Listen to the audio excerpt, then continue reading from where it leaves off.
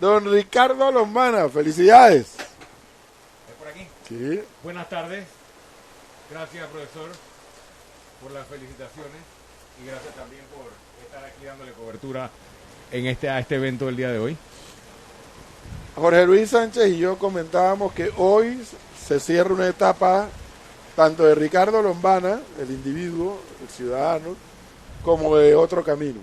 Termina todo esto de independiente, de recoger firmas, de inscribir un partido, y hoy vemos el Congreso Constitutivo. Comienza otra etapa entonces. Sí, es una buena forma de verlo y creo que en mi discurso hubo una parte que lo planteaba tal vez de esa manera. Termina esa etapa del Ricardo Lombana solo como candidato o ex candidato de libre postulación, y a pesar de estar acompañado no era una estructura. Empieza una etapa que trae esas experiencias, sin duda, que trae ese recorrido, pero que ahora se monta sobre una plataforma organizada que es un nuevo partido político, y sí inicia un nuevo camino, solo a la espera de que nos den la resolución del Tribunal Electoral y de ahí a cumplir los próximos pasos que nos hemos trazado aquí al 2024.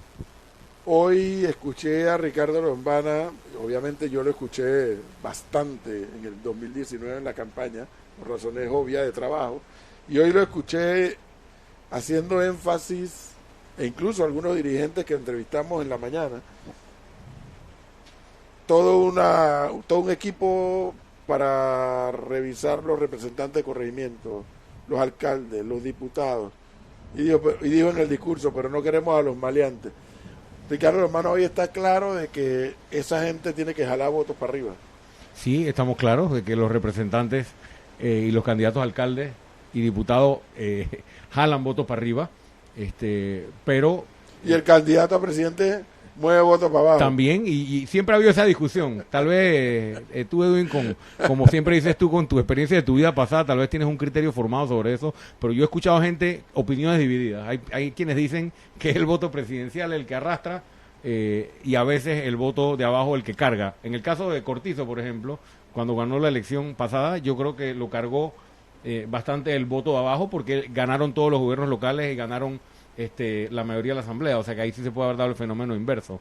En mi caso, yo fui candidato independiente y creo que muchos candidatos independientes a diputados y otros cargos se beneficiaron de esta ola o de este movimiento independiente, pues, que estábamos empujando. Nosotros estamos ahora con un comité que está analizando, ya después de haber creado un perfil, ya después de haber creado un texto de una declaración que queremos que firmen los precandidatos.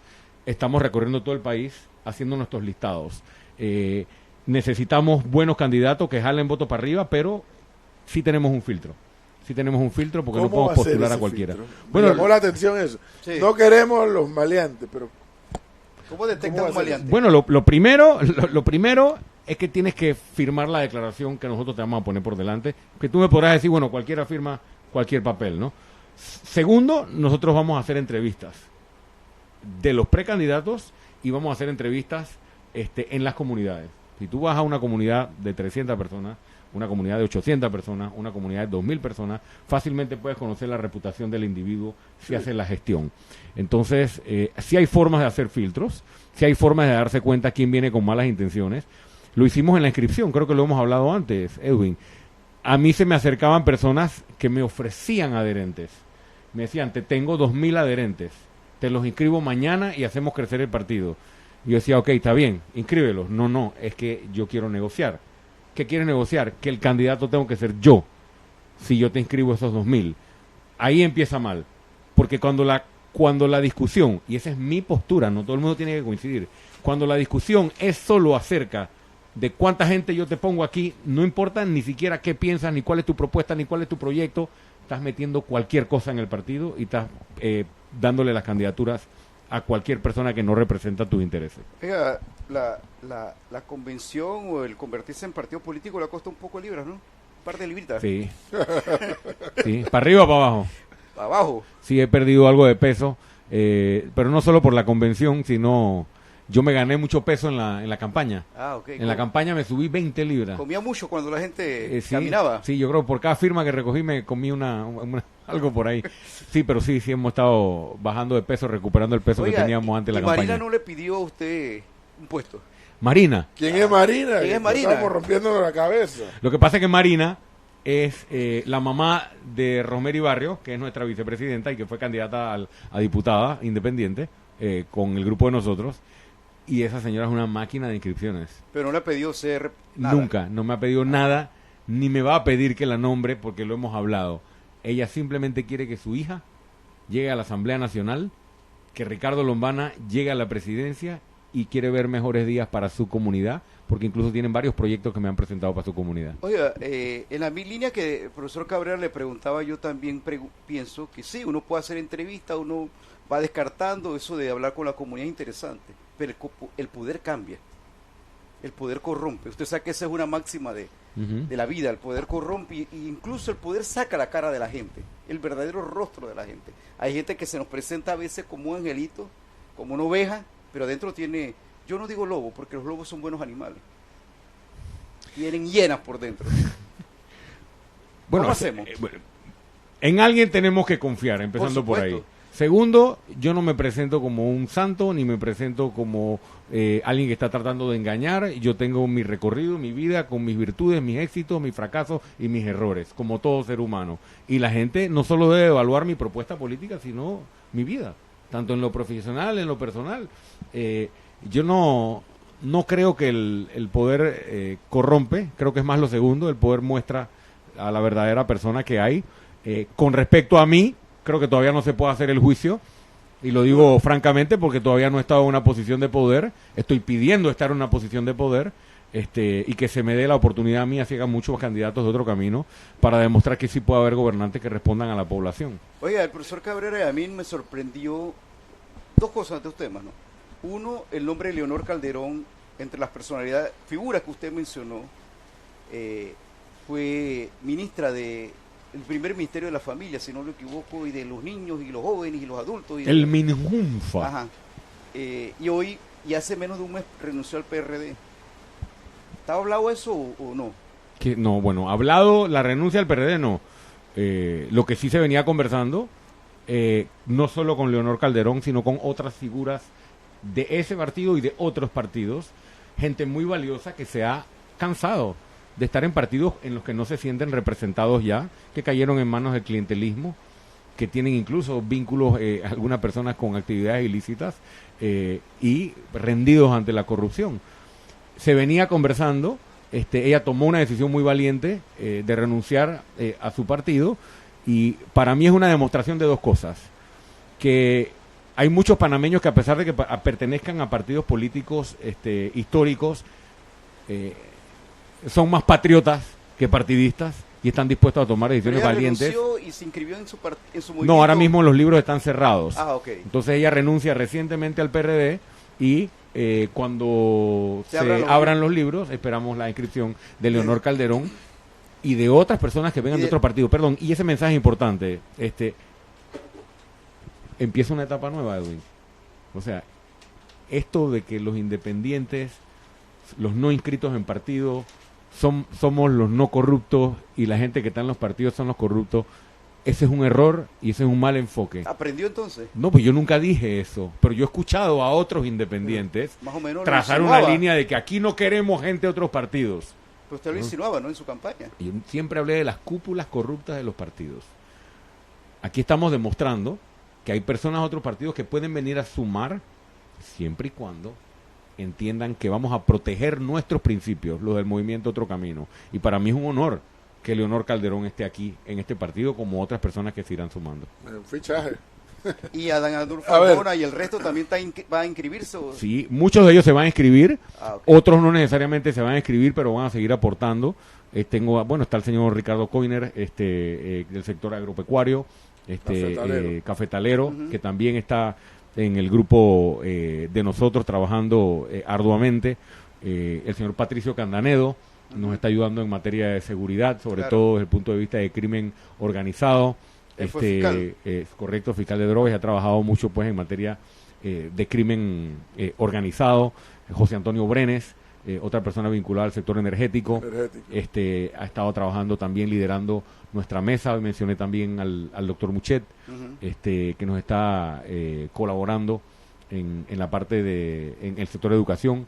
El doctor Javier López, que tal vez usted lo conoció de la otra vida esa, porque él viene del Partido Popular. Sí, no lo ubico. Él está también ayudando o colaborando en la parte de yo salud. ubico a Esther de Abadi, por amor a Dios. Sí, no. Cuando yo vi eso hoy, yo digo, no, ya. Sí. Hasta aquí llegamos ya.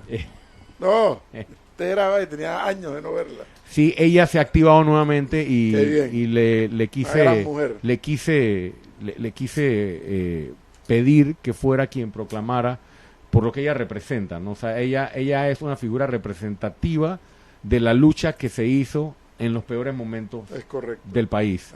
Y estamos cerca de estar en los peores momentos nuevamente. Entonces, es algo simbólico y es también una persona que ha apoyado mucho el movimiento Otro Camino. A propósito de estar cerca de un mal momento,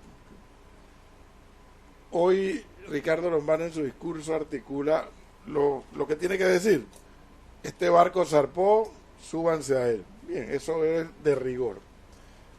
Pero a mí me toca de rigor también decir, si no se, en mi opinión, puedo equivocarme rotundamente, si no se produce una alianza lo suficientemente robusta, que no necesariamente es exclusiva entre partidos, ojo con eso, las probabilidades de los otros escenarios aumentan. Es decir, Martinelli por un lado, que no sabemos si será candidato o no, él dice que sí, y el partido PRD en gobierno, que legítimamente aspirará a reelegirse. Si no se produce una alianza lo suficientemente fuerte, esos dos escenarios podrían verse favorecidos. Por el contrario, si se produce una alianza lo suficientemente fuerte, esos dos escenarios se tendrían que poner las manos en la cabeza. ¿Qué me dice Ricardo Lombana? ¿Se produciría una alianza? Primero, coincido con el análisis de que si esas son las figuras, se tiene que integrar una fuerza, porque si no, ante la división del voto, con unos 6, 7 candidatos presidenciales, ya sabemos cuál sería el resultado. Tal vez beneficiaría a algunas de esas dos fuerzas o a esas dos fuerzas unidas, que eso tampoco lo podemos descartar que ocurra. Entonces, en esto de las alianzas, también hemos estado analizando que no necesariamente es entre partidos. Nosotros estamos conversando con bloques de otras organizaciones políticas. O sea, no necesariamente tenemos que tener conversaciones institucionales. Porque cuando tienes la conversación institucional hoy, y lo digo con conocimiento de causa, la conversación empieza por donde no tiene que empezar. Y por eso que no he estado asistiendo a las reuniones esas que han tenido. Porque, Edwin, aquí le llaman alianza a la repartición de ministerios y a la repartición de cargos. Miren, el ejemplo, Molirena y la lotería. ¿Qué beneficio le ha traído al país la alianza con el Molirena, que consistió en entregarle la lotería al Molirena? Ningún beneficio para los panameños. Mucho negocio para una gente y para un grupo. Yo no le quiero seguir llamando alianza y le pido a los panameños que no entendamos eso como alianza. La alianza es ponerse de acuerdo en las 5 cosas que vamos a resolver en este país. Y esa es la conversación que yo quisiera tener con los otros líderes de oposición o con los otros representantes de oposición. Lo que pasa es que no veo esa discusión y la he planteado. No veo un interés de hablar de eso. Veo un interés de tenemos que unirnos para ganar. Faltan 2 años y pico para las elecciones. Cuidado con los escenarios apresurados también, porque no sabemos si el señor Martinelli va a ser candidato. No sabemos qué va a pasar con el PRD, que tiene sus propios problemas. Entonces, no creo que deba haber apresuramiento ni adelantar un escenario de alianza. Sí debe haber apertura. Hoy hablé de la apertura en mi discurso. Estamos abiertos a conversar. Estamos conversando con grupos, eso sí, dentro de los partidos. He tenido algunas comunicaciones, tal vez indirectas, con algunos de los otros presidentes de los partidos, pero nosotros teníamos primero que consolidarnos como organización política. Ricardo, cuando usted hace un rato, tocaba el tema ese, Edwin le presentaba los escenarios políticos, profesor Cabrera, y usted en su discurso habló, nos estamos preparando para enfrentar tal vez la candidatura de la corrupción. Correcto. ¿A qué se refería? ¿A una unión de qué de los políticos o de grupos políticos que están en el poder, que estuvieron en el poder? ¿A qué se refiere? Te explico. Hay quienes dicen que por el hecho de que Martinelli vaya a ser candidato inmediatamente hay que pensar en una alianza. Y yo digo, no, pero es que no es una alianza por si Martinelli es candidato. Aquí tiene que haber una alianza para derrotar al sistema político corrupto. Y el representante de ese sistema no es solo Martinelli. El candidato que ponga el PRD, y me disculpa, va a ser un representante de la corrupción. Porque hoy ese partido está más preocupado por la corrupción y por el clientelismo que por resolver los problemas de los panameños. Entonces, cuando yo hablo de que nos estamos preparando para ganarle a quien sea o quienes sean los candidatos a la corrupción, me estoy refiriendo o a Martinelli o al candidato del PRD o si Martinelli no corre, a quien sea el representante de esa corriente que lo único que quiere es seguir pelechando o aprovechándose de los recursos de los panameños. Hace un rato, a eso me refiero. Antes de que usted llegara, cuando hablábamos, yo le decía al profesor Cabrera que usted había centrado su discurso en 4 o 5 puntos básicos, ¿no?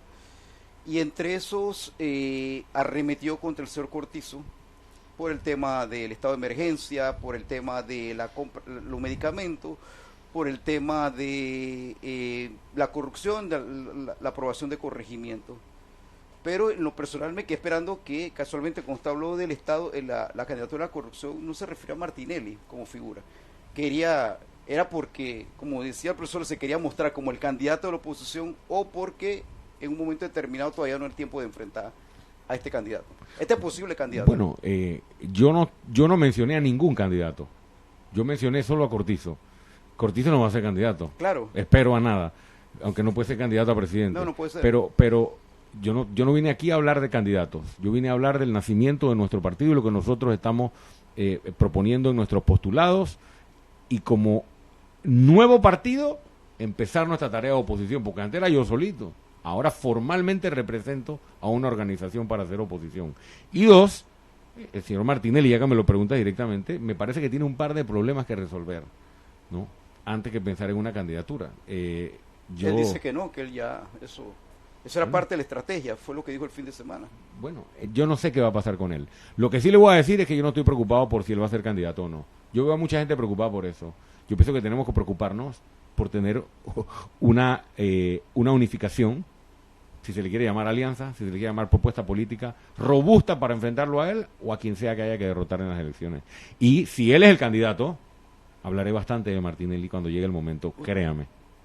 También usted abrió el compás, como lo dijo hace un rato, hacia el final de su discurso para decir, estamos aquí para hablar de conversar con los que no son maleantes. Cuando usted se refería a eso, me llamó la atención, o pienso yo que, por ejemplo, Ricardo Lombana, pero perdón, la pregunta era porque anterior a eso y durante todo el discurso mencionó, vamos a tener candidatura a presidente, vamos a tener candidatura a alcalde, a representante, a diputado. ¿La cabeza no está en discusión o sí? La cabeza siempre está en discusión cuando lo ves desde el punto de vista de la democracia interna. Para mí, como aspirante, no lo está. Porque yo me siento seguro de que si tengo competencia en la primaria, la gano. O sea, ¿me entiendes? Porque lo demostró. Sí, yo tengo esa seguridad, pero la apertura existe.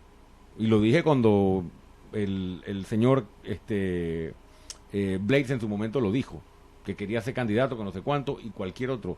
Las primarias presidenciales van a ocurrir en su momento, y cuando ocurran, cualquier persona que aspire puede competir. Eso sí, yo me siento seguro de que yo sería el candidato. Pero de una alianza, por ejemplo, lo que plantea el profesor Cabrera, tenemos el escenario del PRD, Ricardo realizando metas, y tenemos los otros escenarios, y se hace no habíamos alianza, habíamos de una reunión o de una agrupación de oposición hacia estos dos partidos. Nadie se ve la cabeza antes de nada. Eso en política, ya sé por dónde va la pregunta, ¿no? Nadie se ve nada. Que nadie se... No, es que no me quiero agotar en eso porque yo oigo eso a cada rato y sin ser parte de ninguna organización política. Es que fulano se tiene que bajar. No, pero yo no te ¿Tú te bajarías en el 2022? Si no eres ni candidato, Edwin. No eres ni candidato. No, por supuesto. Pero hay gente hablando de eso. Sí. Hay gente hablando de que se tiene que bajar se tiene que bajar fulano se tiene que bajar. No va para ningún lado. ¿Tú te bajarías en el 2022? No, entonces, ¿de qué estamos hablando? No, eso no va a ocurrir. Eso no va a ocurrir, créame, aquí, si quieres se lo firmo. Eso no va a ocurrir. Eso va a ocurrir el día que se encierren en una oficina y vamos a ponernos de acuerdo ese día, no antes. Nadie se va antes, en la víspera, nadie. ¿Por algo sabe? Sí, sí. No, es que esto ya yo viví esta historia. Ya bajaste un par de gente. No me la van a contar, a mí esta historia no me la van a contar. Pero la pregunta... Pero se habla de egos también, profesor. Ahí voy. Eso sí, si hay algo que impide producir alianzas fuertes y que incluso logren producir cambios profundos en un país, son los egos. Ahí sí, eso sí. Eso es cierto, y yo creo que ahí hay varias cosas importantes a considerar. Yo siempre he dicho que para mí lo importante es que el país se transforme. Siempre lo he dicho. Y yo creo que cuando vienen escenarios de conversaciones y en coyunturas en las que el país está en riesgo, hay que estar dispuesto a conversar y si la coyuntura lo requiere, a ceder.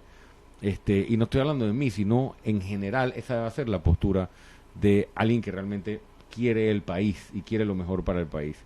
En su momento se verá. Yo hoy me siento de acuerdo a las mediciones que nosotros tenemos, incluso las mediciones que tienen otros partidos, en una posición para invitar a los otros líderes de oposición a que se unan a este esfuerzo para enfrentar a quien sea se pare del otro lado. Pero si hay algo que se le cuestiona a Ricardo Lombana, y no digo solamente yo, porque también lo cuestiono, pero hay otros con los que uno habla por este trabajo.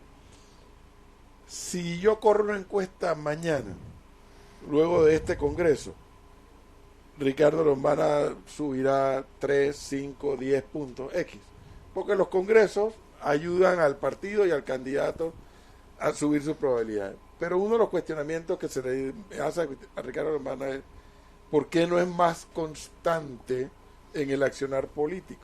Eso es parte de una estrategia. Bueno, en primer lugar sí es parte de una estrategia. En segundo lugar, estábamos organizando un partido que no es poca cosa y decidimos dedicarle tiempo a lo único que puede ganar una elección cuando no tienes los recursos, que es la organización.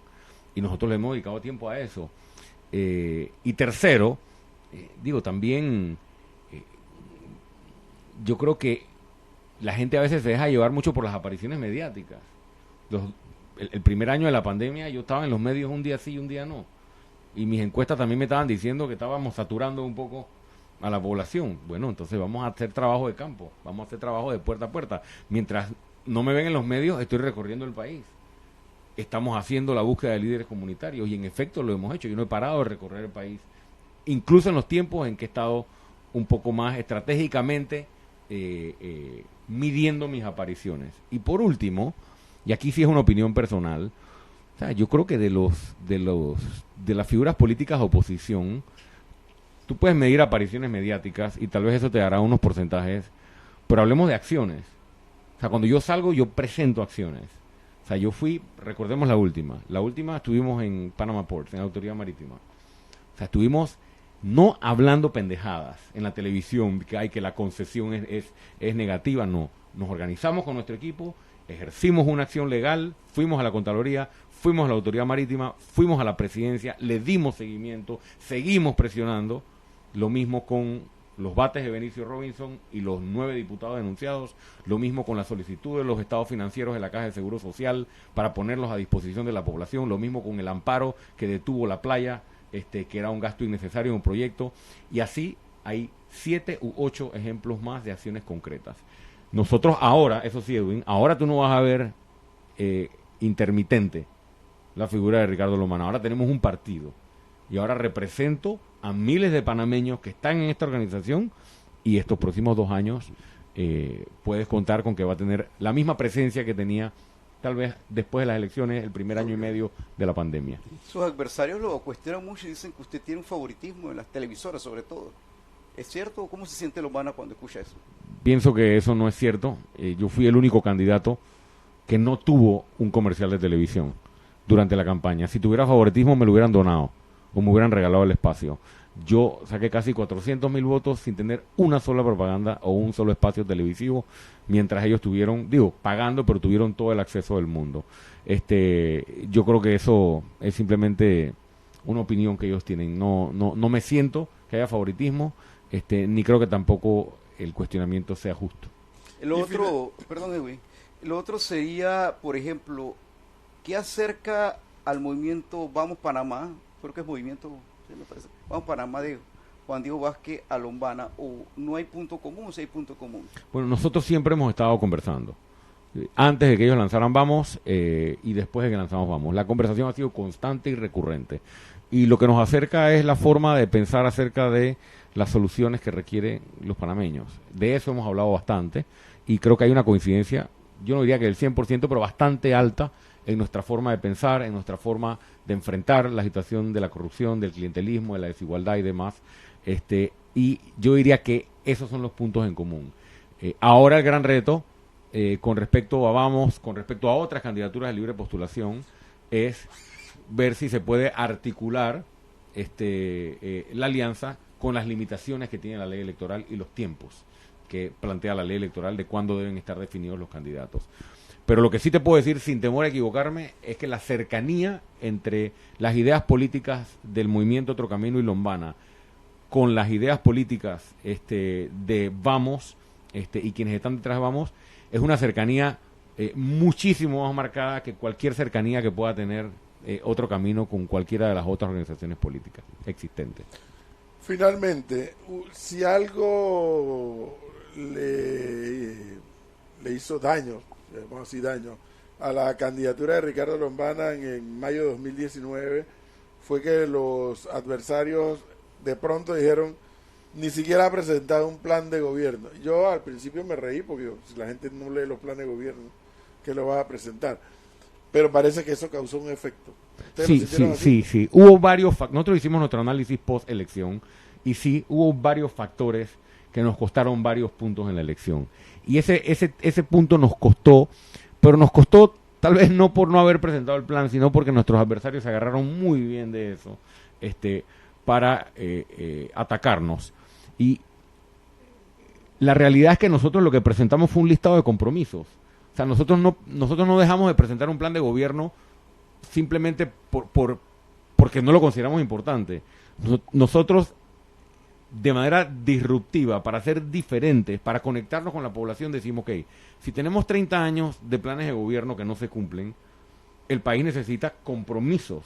Y lo que hicimos fue un listado de compromisos en cada área, pero bueno, eso fue aprovechado por nuestros adversarios para decir que nosotros no teníamos un plan de gobierno, sobre todo el PRD se agarró de eso, y yo aquí le pregunto a los PRD que me atacaban, ¿cómo les ha ido con el plan de gobierno y las 200 mesas de trabajo y los no sé cuántos profesionales del señor Nito Cortizo? ¿Cómo les va con eso? Es muy fácil mentir en un documento, es muy fácil preparar un documento para engañar al votante. Lo difícil es comprometerse a tomar las decisiones. Ahí está un presidente, voy a poner solo un ejemplo, ahí está un presidente que dijo, al lado mío en el debate presidencial, cómo iba a resolver el problema de la Caja de Seguro Social. Desde que llegaba a gobierno. 3 años después, disculpen, pero se nos acabó el capital político. Que eso quede para el próximo gobierno. Eso es irresponsable. Eso es mucho más irresponsable que presentar un listado de compromisos en vez de un plan de gobierno. Pero, ¿sabes qué? Políticamente hablando, tú tienes experiencia, lección aprendida. No le voy a dar ninguna excusa a mis adversarios. Desde ya tenemos un documento preliminar en 14 áreas de trabajo. Y las personas que mencioné hoy son algunas de las personas que están trabajando. ¿Cuál es la prioridad 1? Empleo. Hoy empleo. Generación de empleo es la prioridad 1 del país. Cortoplacista, porque hay una necesidad inmediata. Largoplacista, salud y educación son las 2 prioridades del movimiento Otro Camino. En junio del 2023, el país tendrá una propuesta país de parte del movimiento Otro Camino, un año antes de las elecciones, para poder discutirla, complementarla y evaluarla. Bueno. Don Ricardo Lombana, éxito, entonces, buena suerte. Gracias, profesor, y gracias también Jorge Luis, ¿no? Jorge Luis, sí. Jorge Luis, y a toda la audiencia de este programa, y gracias por darle cobertura al evento. Por supuesto, muy amable. Suerte, éxitos. Entonces, hemos escuchado de la propia voz de don Ricardo Lombana lo que es la interpretación tanto de su discurso como de su accionar político. Para entonces, es lo que hay que evaluar ahora. Claro.